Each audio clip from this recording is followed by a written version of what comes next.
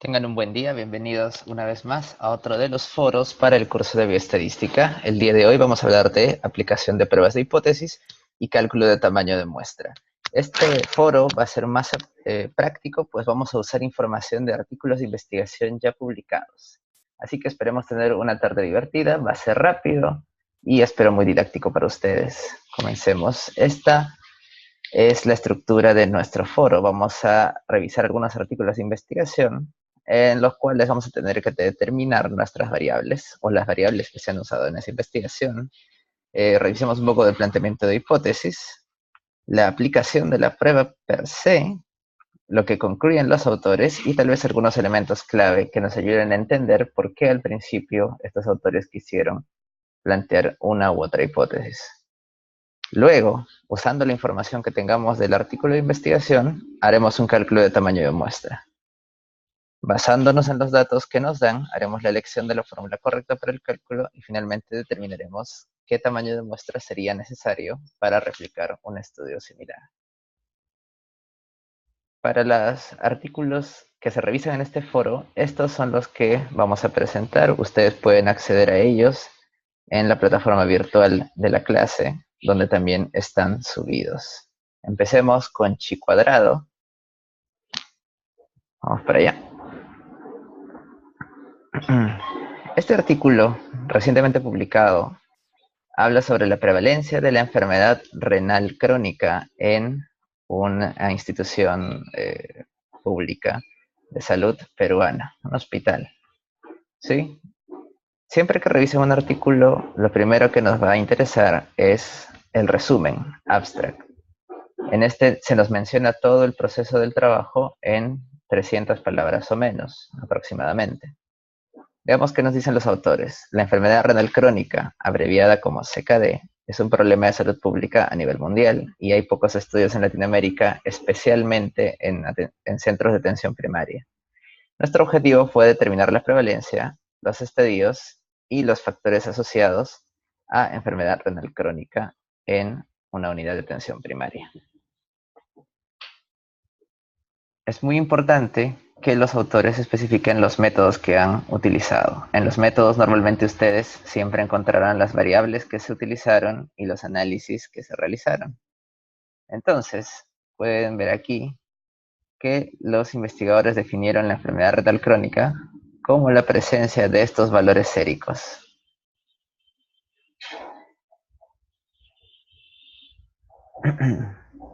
Y todos estos están de acuerdo a unos estándares internacionales. Para evaluar los factores asociados, utilizaron algunos modelos estadísticos, pero dado que este artículo es para revisar chi cuadrado, revisaremos las pruebas que realizaron ahí precisamente. Bajemos. El artículo plantea un fundamento para realizar este trabajo, que ya hemos visto que es poder aportar información de centros de atención primaria. Y como siempre, el objetivo está declarado al final de este argumento. Dentro de los métodos es muy importante ver que se definen las variables. Aquí, como ya habíamos visto en el resumen, la enfermedad renal crónica está definida de acuerdo a estándares internacionales, pero también otras variables que han evaluado como diabetes mellitus tipo 2. Esta ha sido obtenida de aquellos que han tenido previamente un diagnóstico o que estén tomando medicación para diabetes o que tengan un valor de hemoglobina glicosilada mayor a 7%. ¿Sí? Entonces, hay mucho detalle. Quiero que revisen que hay mucho detalle a la hora de definir las variables. Y nosotros para este curso de estadística tenemos que identificar, luego de toda esta definición, qué tipo de variable estamos evaluando.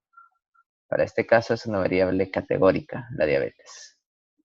Y la variable de enfermedad renal crónica también. A pesar de que se basa en valores numéricos, los investigadores han categorizado la variable. También dicen que usaron el índice de masa corporal para definir si un paciente tenía sobrepeso u obesidad. Y también categorizaron en los valores ya clásicos que conocemos, menor a 25, de 25 a 30 y de 30 más. También consideraron el género, la edad en años, el ácido úrico sérico que también fue categorizado. Entonces, dado que vemos que muchas variables han sido categorizadas y se está buscando su asociación con enfermedad renal crónica, que también es una variable categórica, pues la prueba básica a realizar será chi cuadrado. Los autores especifican eso precisamente en sus análisis estadísticos. Dicen, para analizar la asociación entre la enfermedad renal crónica con las otras covariables, usamos la prueba de chi cuadrado. Y precisamente esa prueba se representa en la tabla 1.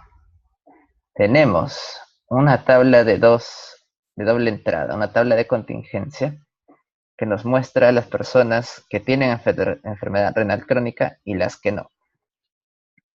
Y vemos la asociación con cada una de las variables que ellos han mencionado.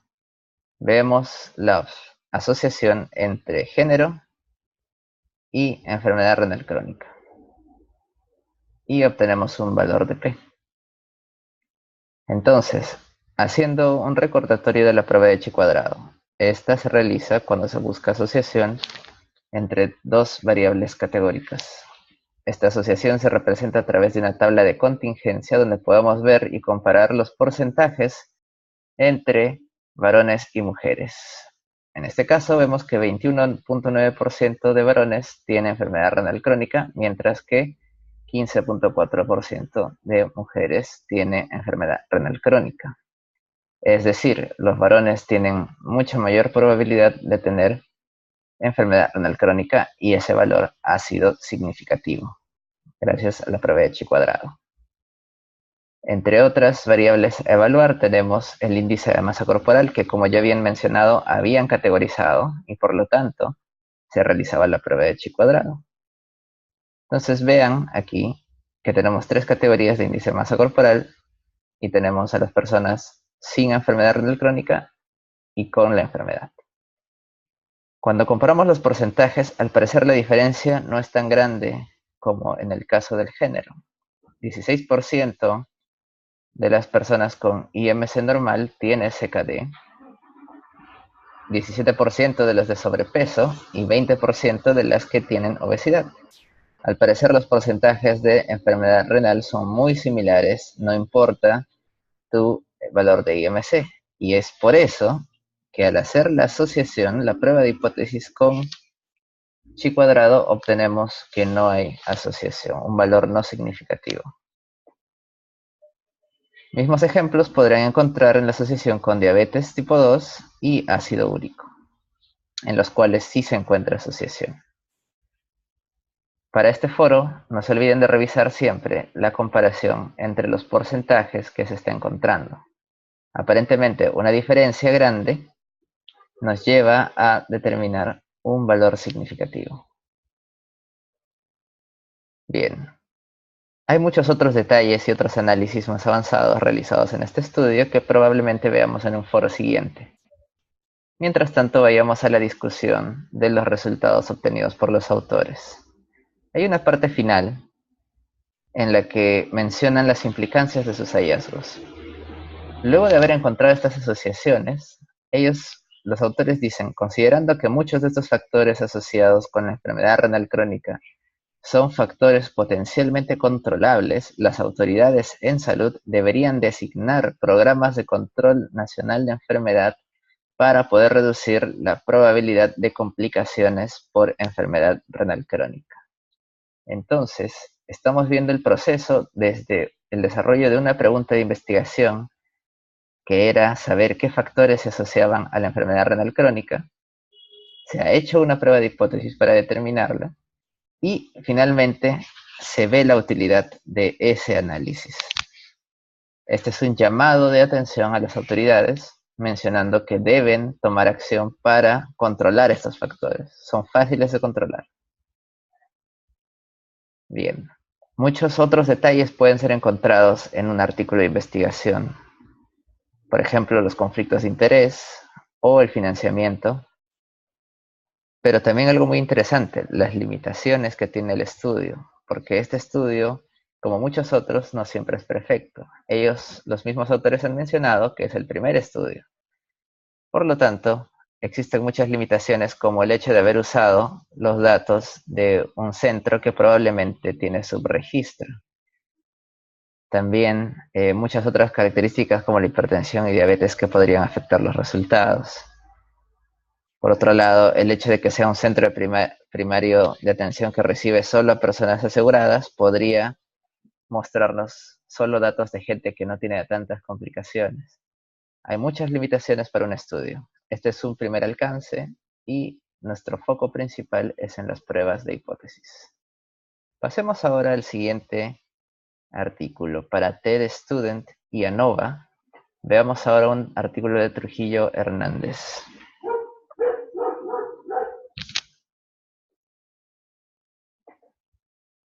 En este caso, el objetivo también es muy similar. Se quieren buscar los factores de riesgo asociados a sobrepeso y obesidad en universitarios de Colima.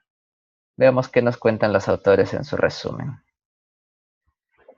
Son muy directos, nos cuentan que ese es precisamente el mismo, al igual que el título, ese es su objetivo, determinar qué frecuencia y factores asociados para la obesidad existen en estos jóvenes universitarios. Han realizado un estudio en 821 alumnos y las variables que analizaron, muy importantes siempre mencionarlas, son edad, género, alcoholismo, tabaquismo, utilización de medicamentos o sustancias para control de peso. Tienen los resultados obtenidos directamente usando muchas medidas de resumen, como en este caso las frecuencias absolutas, el promedio y la desviación estándar. Pero vayamos a la prueba de hipótesis. Aquí los autores muestran otro tipo de análisis que también veremos en futuras clases, pero concentrémonos en la parte que nos toca ahora, que es la prueba de TED Student. Bajemos. Algo muy importante de notar es que en este estudio los autores declaran que han hecho un muestreo aleatorio simple. Probablemente porque tenían las listas de los alumnos de la universidad y eso les permitía hacer una selección al azar. Bien, aquí muestran todas las variables que fueron evaluadas de estos alumnos, las que ya mencionamos, pero también algunas otras numéricas como peso y talla, índice de masa corporal, circunferencia de la cintura, o sea, el perímetro de la cintura, circunferencia de cadera y el índice al dividir la cintura y la cadera. Veamos aquí. En el análisis nos mencionan que ellos han utilizado promedios de desviación estándar y porcentajes. La comparación de promedios se realizó con TED Student o Udemann-Whitney. Recuerden que esto siempre está relegado a si se cumplen los supuestos para poder realizar la prueba. También hicieron comparación de porcentajes con chi cuadrado. Sin embargo, este tema ya lo vimos en el artículo anterior. Nos concentraremos en la TED Student. Veamos en los resultados. De 17 facultades estudiadas, se seleccionaron 821 alumnos. Veamos qué resultados obtuvieron. Aquí en la tabla 1 podemos ver cómo es que los autores tratan de ver la relación entre el género y cada una de las variables numéricas. Recordemos que una prueba TED Student busca comparar promedios entre dos poblaciones. En este caso, están comparando el promedio de cada una de estas variables en hombres versus el promedio en mujeres. Empecemos con talla. El promedio de talla en mujeres es de 1,60 m, con desviación estándar de 0,1, y en hombres es de 1,70 m. Esta diferencia, luego de aplicar la prueba, no sabemos si este Student Udemann-Whitney nos menciona que hay un valor significativo. ¿Qué quiere decir? Que estos promedios de talla entre hombres y mujeres son diferentes. El mismo escenario se encuentra para peso, para índice de masa corporal, circunferencia de cintura y de cadera. En todos los casos, presten mucha atención, se están comparando promedios. En talla, el promedio de hombres era mayor. En peso también. En IMC también. Índice de cintura y cadera también. Y el índice combinado de cintura y cadera también. Entonces, podríamos mencionar que en jóvenes universitarios, todos los indicadores de peso son mayores siempre en varones. Veamos qué nos dicen al respecto los autores sobre estos resultados. Hay muchos otros análisis que se han realizado, pero, una vez más, nuestro foco principal en este artículo es la prueba TED-Student. Dentro de la discusión, se menciona la importancia de haber realizado este estudio y se realiza un análisis más profundo de los hallazgos. Veamos algunas cosas que hemos señalado aquí abajo. Aquí. De los factores de riesgo analizados, se encontró que el tabaquismo, etilismo, es decir, el alcoholismo, estuvieron asociados a sobrepeso y obesidad. También hay algunos factores protectores como el uso de medicamentos para reducción de peso, tanto en hombres como en mujeres. Es de llamar la atención que más de la mitad de los estudiantes encuestados tuvieron familiares que padecían enfermedades crónicas, hipertensión, sobrepeso. Al parecer, no hacen mucho hincapié en el hallazgo de que los varones tengan siempre indicadores de peso mayores a las mujeres. Probablemente pueda ser para ellos un resultado secundario. Entonces, sin perder el rumbo, recordemos, para responder una pregunta de investigación, puedes realizar muchísimas pruebas, muchísimos análisis, pero siempre considera que debes realizar la prueba correcta de acuerdo a los tipos de variables que tiene. Todas estas características son numéricas y esta variable es categórica y tiene dos categorías, y eso nos lleva a pensar que debemos realizar una prueba TED-Student o, en contraste, Udemann-Whitney. Pasemos ahora al tercer estudio, específicamente de ANOVA. Este artículo siguiente es de Rodríguez Barbosa. Este autor y sus colaboradores quieren ver qué diferencias hay entre edad y género en relación al performance o el desempeño físico en adultos mayores de Barbados y Cuba. Veamos qué nos dice en su resumen. Dice, presentando pruebas de desempeño físico, abreviadas como PPTs, y de acuerdo al género y grupos de edad,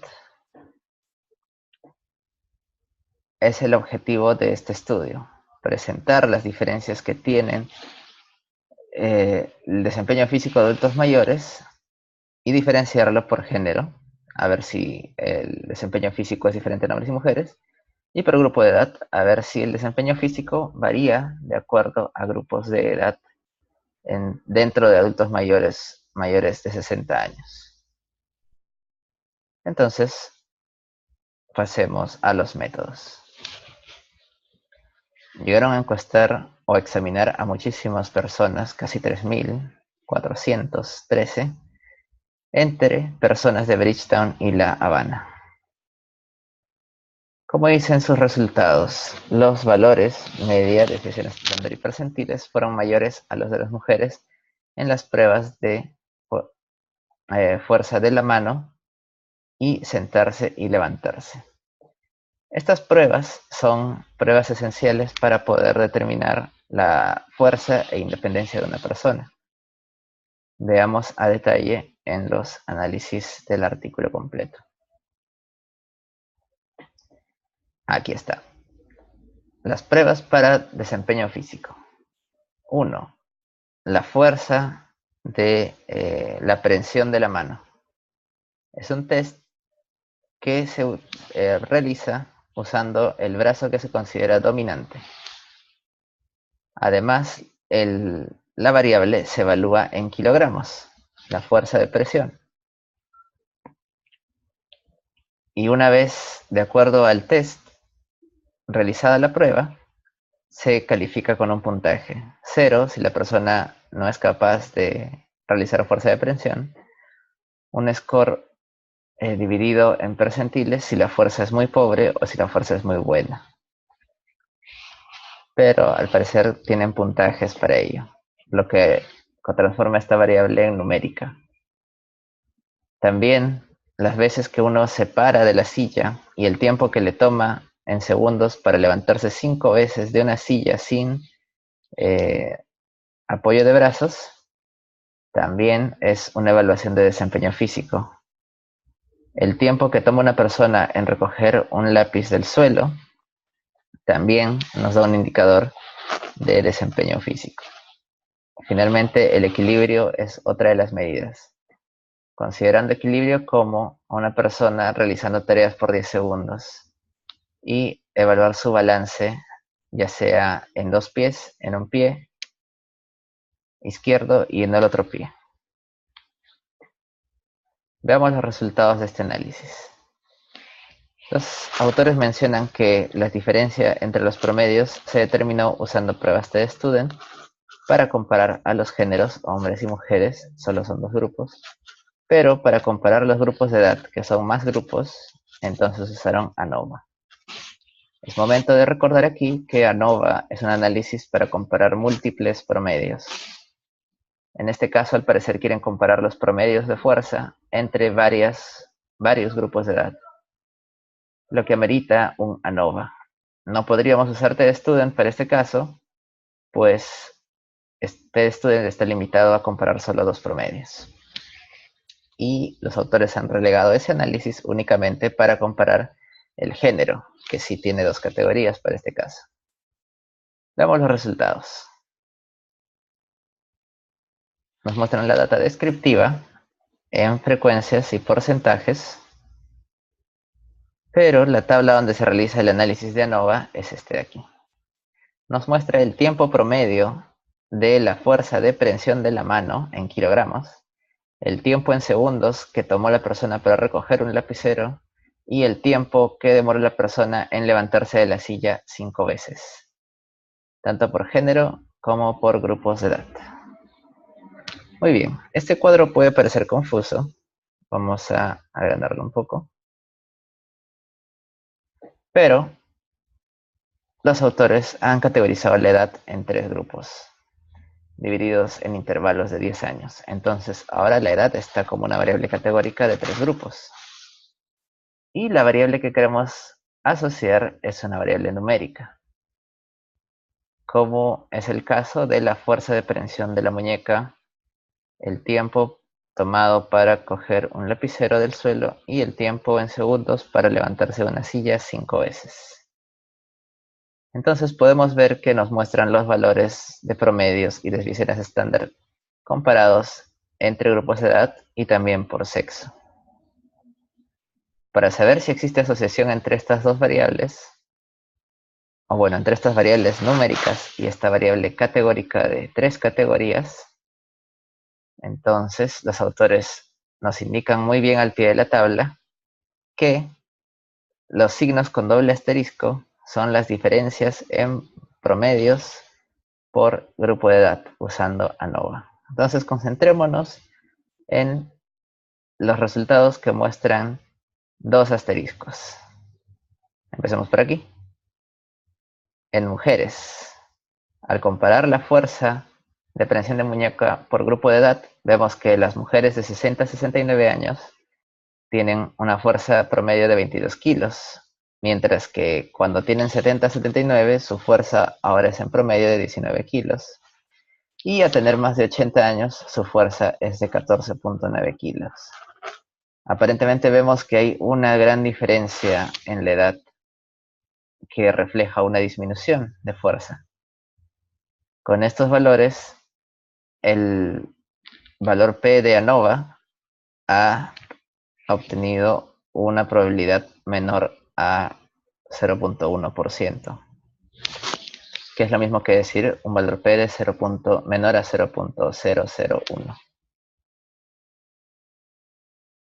Mismos resultados se han obtenido para el tiempo en que se demora uno en levantarse de la silla. Al parecer, el tiempo aumenta conforme aumenta la edad. En mujeres va aumentando. De 12 segundos, ahora toman 12.6 segundos y para mayores de 80 años les toma 14.5 segundos levantarse de una silla 5 veces. En el caso de los varones, este aumento es similar. Si revisáramos los datos, todos estos datos fueron de los individuos que provienen de Barbados. Revisando los datos de los cubanos, al parecer, la fuerza de prevención de muñeca no está asociada por grupos de edad, pues no nos muestran un símbolo de doble asterisco aquí. Si hacemos la comparación, vemos que también hay una disminución: 19 kilos, 16 kilos y 13 kilos para las personas más ancianas. En mujeres, en varones de 35 kilos, la fuerza baja hasta 24 kilos. Aparentemente, esta diferencia no ha sido suficiente para encontrar una asociación, pues los autores no señalan un doble asterisco que indique que el valor de P es menor a 0.001.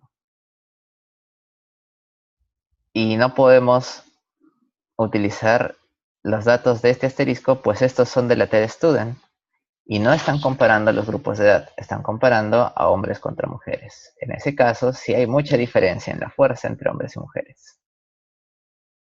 Bien, este tipo de análisis, una vez más, nos da alguna utilidad. Veamos qué dice.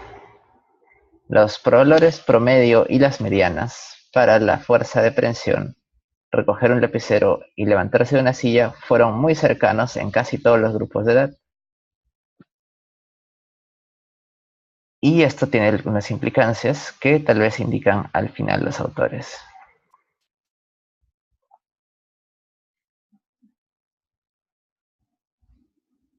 Dice aquí, los datos provistos acerca del rango de desempeño que podría esperarse de personas de diferentes edades nos ayudan a entender los rangos usuales de cambio a través de grupos de edad y permite a los sujetos,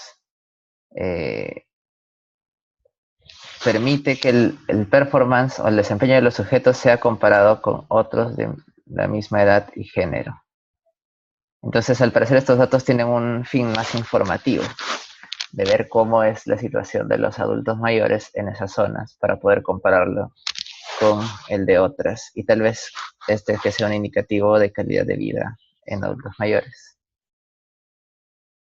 Dice que esto es tanto útil en la práctica médica como en los estudios epidemiológicos. Dado que hombres y mujeres en ambos países tuvieron diferencias en la prevalencia de personas que eran incapaces de realizar las pruebas y tener mejores resultados de acuerdo al test y grupo de edad, las propuestas de intervenciones futuras, supongo, deben considerar el género y los grupos de edad en consideración y también enfatizar los diferentes aspectos de fitness a la hora de mejorar el desempeño funcional. Bien, entonces datos muy valiosos para futuros estudios. Vamos a terminar este foro revisando un estudio que evalúa la correlación. Veamos ahora un estudio de Shin y colaboradores en una revista de rehabilitación médica.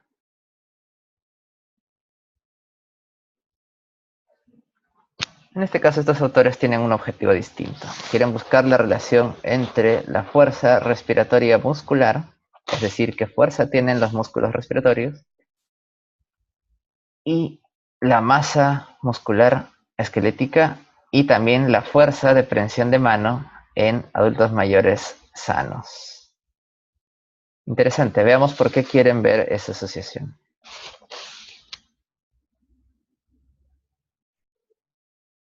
Entonces dice, este estudio incluyó a 65 voluntarios.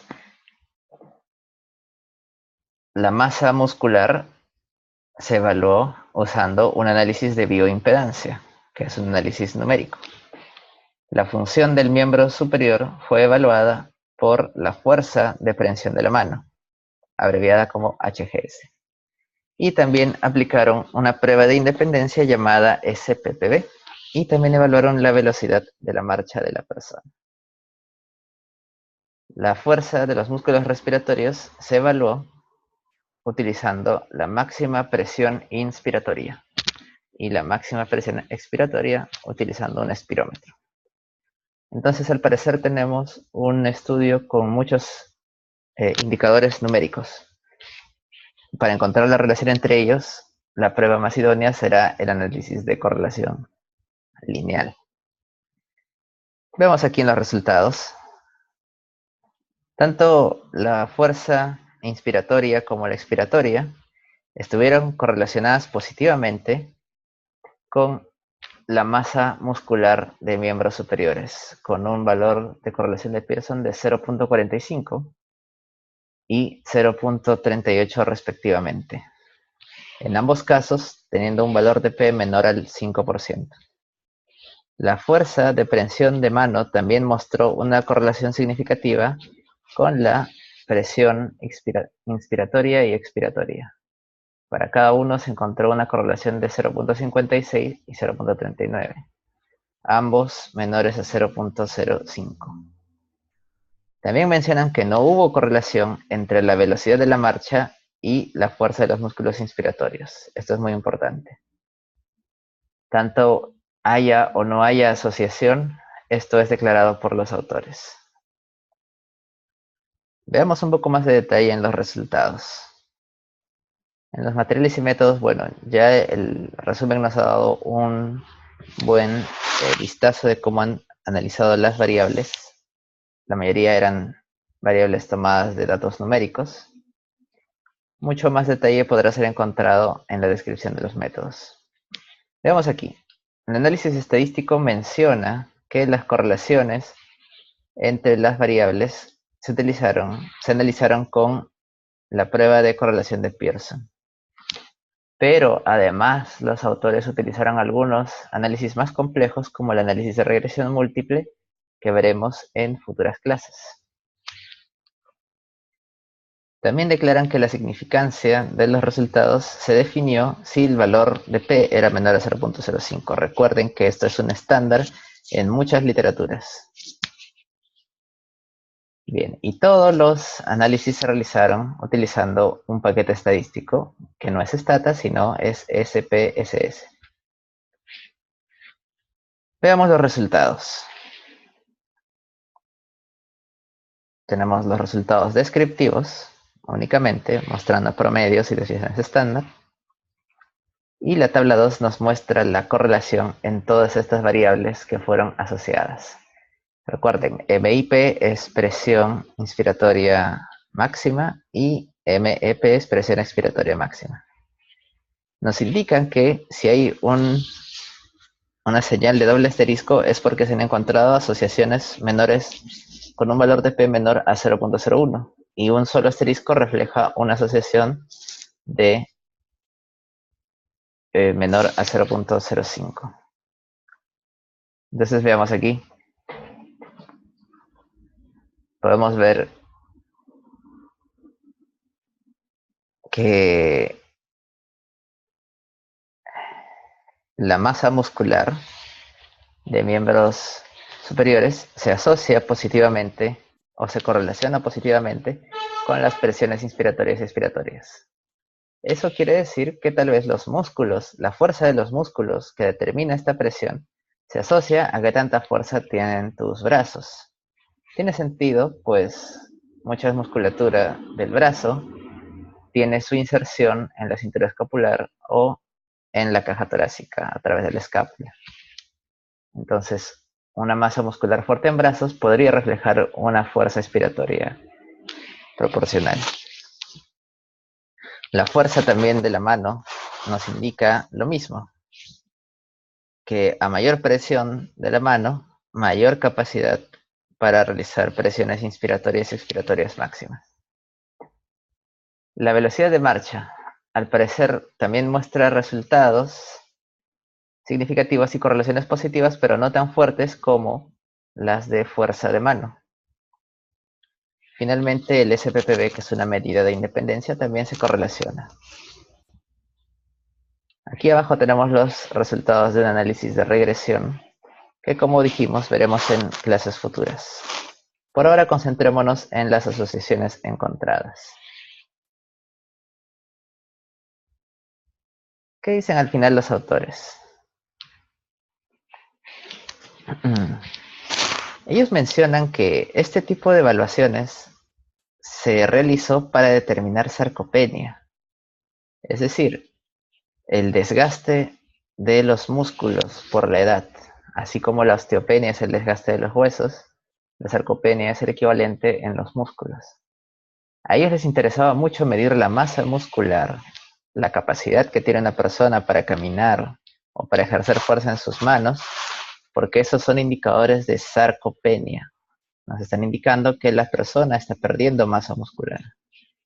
Entonces, dicen, el hecho de que la sarcopenia se asocie con la fuerza muscular respiratoria es crucial, pues muchos ejercicios de rehabilitación e intervenciones han probado ser beneficiosos para mejorar o fortalecer los músculos ventilatorios. La pérdida de masa muscular respiratoria y su función podría ser prevenida aplicando estos ejercicios. Más estudios en sarcopenia y sus efectos en la fuerza muscular respiratoria son necesarios para mejorar la expectativa de vida y la calidad de vida en población geriátrica. Entonces, con esto terminamos la revisión de los artículos. Consideren lo siguiente. Cada uno de estos artículos tenía un objetivo que tiene una implicancia mayor, un llamado a la acción, como en el caso de Herrera Añasco, que solicitaba que muchos de los factores encontrados para enfermedad renal crónica puedan ser prevenidos, y esto pudo ser determinado gracias a una prueba de hipótesis.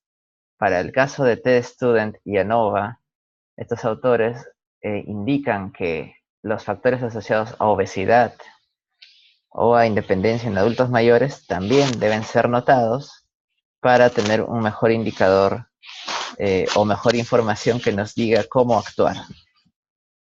Finalmente, este dato final de relación entre sarcopenia y fuerza muscular respiratoria también tenía una implicancia. Era la de poder determinar si la pérdida de masa muscular también afecta la capacidad respiratoria. Como ven, en todos estos casos, los objetivos tienen fines muchísimo más grandes y todos estos pueden ser, tener una voz a través de evidencia obtenida con pruebas estadísticas.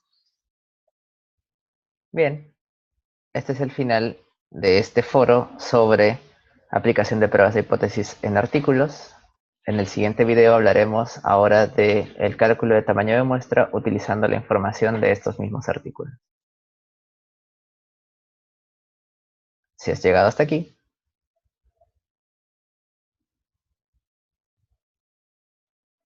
pues muchas gracias.